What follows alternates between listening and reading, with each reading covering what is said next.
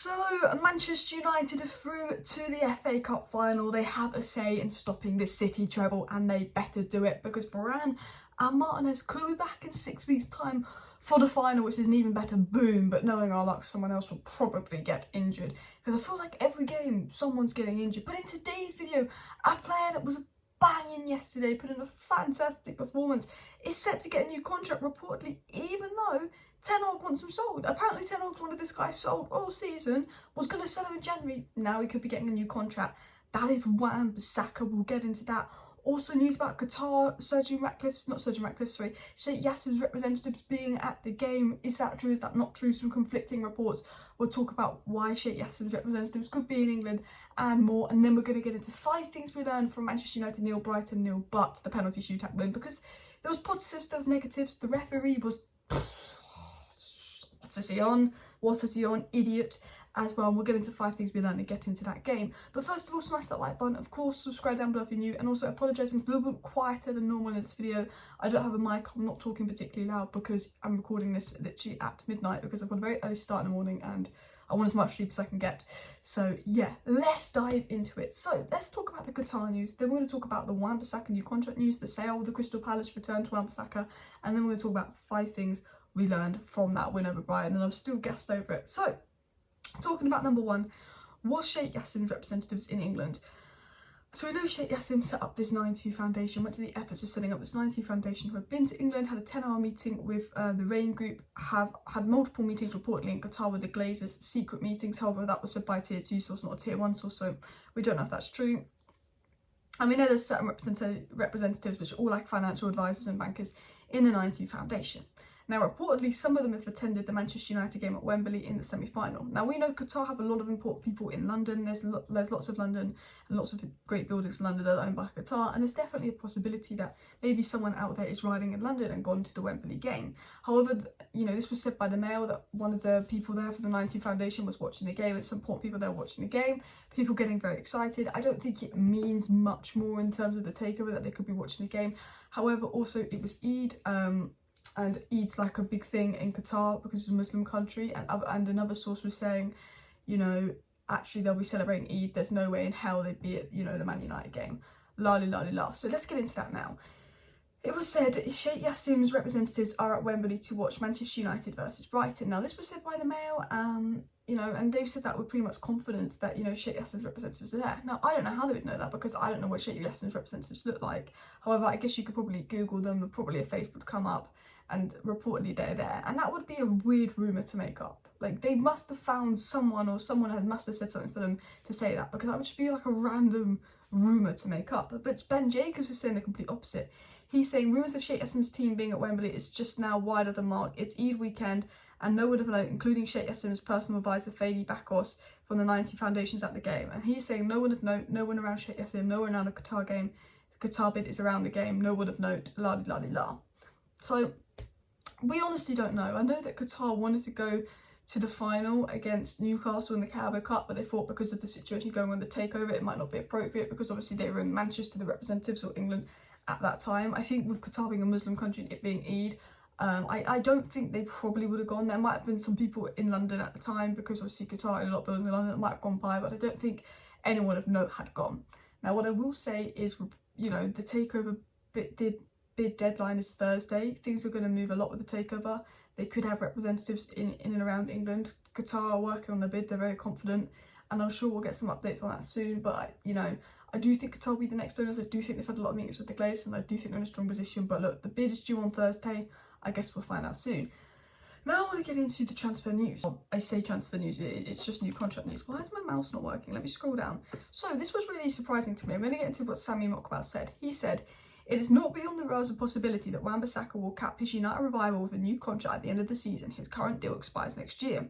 Crystal Palace remain keen on re-signing Wan Bissaka, and it's understood they stand a very good chance of landing him this summer if he does not recommit to a new contract." Which is mad because Wan Bissaka was up for sale in January and in the summer. We didn't get enough for him. We wanted Frimpong. We've been linked to Frimpong. We're looking at Frimpong. Wan Bissaka's up for sale and he always has been. Even the other week it was said, because even the other week it was said by a reliable journalist, even though Wan Bissaka's revived his form, he's not a long-term Ten Hag player, and Ten Hag would rather sell him this summer when he thinks he can get money for him because of his form. Basically, a report came out saying, although Wan Bissaka's been good, although Ten Hag's happy with Wan Bissaka, if he did get an offer of a certain amount for Wan Bissaka, he'd accept it, because he'd realised Wan Bissaka's in form. All of a sudden, they could get 20-25 million back for Wan Bissaka, because he won't be in his plans 2 years down the line. He can make room with him next season. He's not like someone like Maguire, who's just completely unreliable. Wan Bissaka's reliable. He could deal with Wan Bissaka for another season, but apparently he's like not like Fred as well. Like Fred and Wan Bissaka are people that Ten Hag likes and he could deal with for another season or two, but he doesn't see here in 3 seasons. He doesn't see as his kind of player, so they would reportedly be up for sale. It's essentially what this report was saying, that Ten Hag would be very open to selling Wan Bissaka, and that Wan Bissaka is still on the sale list, and Ten Hag wants to go to 13 players because he wants to bring people in, la-di-la-di-la. Now we're getting news of Wan Bissaka getting a new contract. Now I think Wan Bissaka's been absolutely fantastic this season. His revival's been brilliant, and I think that's down to Ten Hag what he wants to do. I'd see where he was, you know, come December time, come next season if he stays, before offering him a new contract. I think United will look at it in the summer and go, if we get a good offer, we let him go. If we don't, let's keep him. He's got some value. He is improving under Ten Hag. He is being good competition for Diego Dalot. And I think Ten Hag is liking him more and more and more, despite Dalot obviously being Ten Hag's favourite right back. He's not done anything wrong. He's completely revived his career, and he's the biggest example to anyone in the squad that he had 4 minutes of football before the World Cup. Look what he's done now. I think he deserves an England call-up, if I'm in all honesty to you. So we'll have to obviously wait and see what Wan Bissaka does. But that's an interesting thing. It just really shocked me, this Wan Bissaka new contract, because it's kind of the last thing on my mind. But in a weird way, I think he deserves it. Like, he's been absolutely incredible, which is why we're going to get into 5 things to learn from the game. Because the first thing out of the 5 things we learned is Wan Bissaka at Wembley is just unreal. Like, he was like man of the match. He was incredible. The way he just got the ball when I started taking on these players and making this run. Like, him and Anthony got in a getting a good relationship. Matoma did not complete one take on people, not one. And he's one of Brighton's best players, and Wan Bissaka had him in his pocket. You know, Alan Maximan, Wan Bissaka dealt with. Matoma, Wan Bissaka dealt with. He's very good at dealing with those wingers. That right-hand side did not have any problems. They defended so well. And Wan Bissaka was absolutely incredible. He was man of the match up there with Lindelof. And Squawka actually put out Wan Bissaka's stats. They said Wan Bissaka completed all 4 of his dribbles, all of his tackles 2, and won all of his duels on the ground, which was 6, and was not dribbled past once, and did not even commit a foul. And him not committing a foul is crazy, because he could have touched the player and the ref would have given a foul, because the ref was giving us fouls for everything and then fouls for nothing, well, no yellow cards for anything. He was absolutely incredible, Wan Bissaka, and that performance is another top performance at Wembley in a big game where he's been reliable. It's a really good headache for Ten Hag at the moment, because I think Dalot's been impressive and Wan Bissaka's been impressive, and they offer different things, and they're both relatively young, especially Dalot. Who's Ten Hag going to pick? I think that's a good headache for Ten Hag to be in. I actually think a fullback, despite us wanting a right back in the summer, is one of our strongest positions, because we've got Dalot, Wan Bissaka, Malacia and Shaw, White Ray. I think for me, it's striker, it's midfielder, like a creative midfielder, Casemiro backup, a centre-back and a goalkeeper would be my top 5 before even right back, but it depends on people's preferences. But another player I thought that was really impressive and I'd like to see get more minutes, given as a sub, was Fred. So the second thing we learned is that Fred is really important for the team.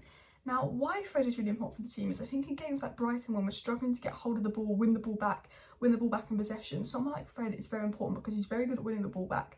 He's very good at bringing his energy. I think the midfield was lacking. I think Eriksen coming off of Fred was the right decision. Eriksen doesn't have the energy. There's a lot of space at Wembley. It's a massive pitch. Brighton, you know, utilised the space. They moved the ball well. They had a lot of possession. You need someone that can win back the ball in midfield like Fred, and that's what he does. And United Muppeteers tweet this, and I agree with this. Fred's impact and ability to help us win the ball and throw the other team off their game is a huge missing piece in these matches. For me, it indicates what kind of midfielder we should prioritise this summer. Someone who does that while also being positive in possession. It's like you want someone Fred's defensive capabilities, but also very good at, you know, playing the ball, moving the ball forward, playing out in possession, and basically Frankie freaking de Jong, which is so annoying because we won't get Frankie de Jong. But I have to say, I thought Fred was a very good sub, and I actually thought we got so much better when Fred came on. I thought Brighton were the better team, but we had the better chances for the first 60 minutes. And then when Fred came on, I actually thought for the most part we were the better team, but I do think it was very even between United and Brighton. I think it could have gone either way. I don't think the performance was perfect. It was a meh game, but they are a difficult side. We, you know, had 2.5 days rest, extra time, you know, etc, etc. I think it was an all right performance. It was a defensive shift. The midfield lacked, but I do think we improved with Fred. The third thing we learned is that Lindelof is better without Maguire. Lindelof, Mr. Reliable this season. Every time Lindelof's played this season, he's come in, he's put in a shift, he's done his job, bish, bash, bosh. The only time he's ever been iffy is when he's played with Maguire, and it's always because Maguire has just done something stupid. I think Lindelof has been so good. I thought he was man of the match. They scored his penalty. Him and Shaw have been fantastic. Him and Varane have been fantastic. Him and Leach have been fantastic when they've played together. Every time Lindelof's played, he's been fantastic. He's better than Maguire. He should get more minutes than Maguire, without a doubt. And Lindelof and Shaw should be our centre-back pairing for the rest of the season, because we'll get into that in my 5th point. But I think Lindelof's been absolutely fantastic recently. I think he's had a good season, unlike, you know, Maguire. I think he's been decent when called upon, and, you know, he's for me the 3rd choice centre-back. You know, after Varane and Martin is him. Obviously Shaw as well, but he does do a job. He is reliable. He is the perfect bench player.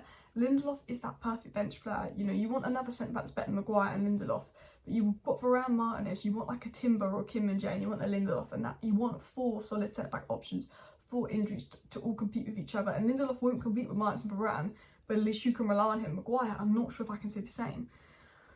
The 4th thing we learned is, although the defence was brilliant, we need more attacking fire. I thought the attack was particularly poor today. I thought Anthony was the best out of the 3. I thought Martial was particularly poor. I thought Rashford, you know, I don't think he's 100% fit. But it's very obvious we need an attacker. It's very obvious we need a striker.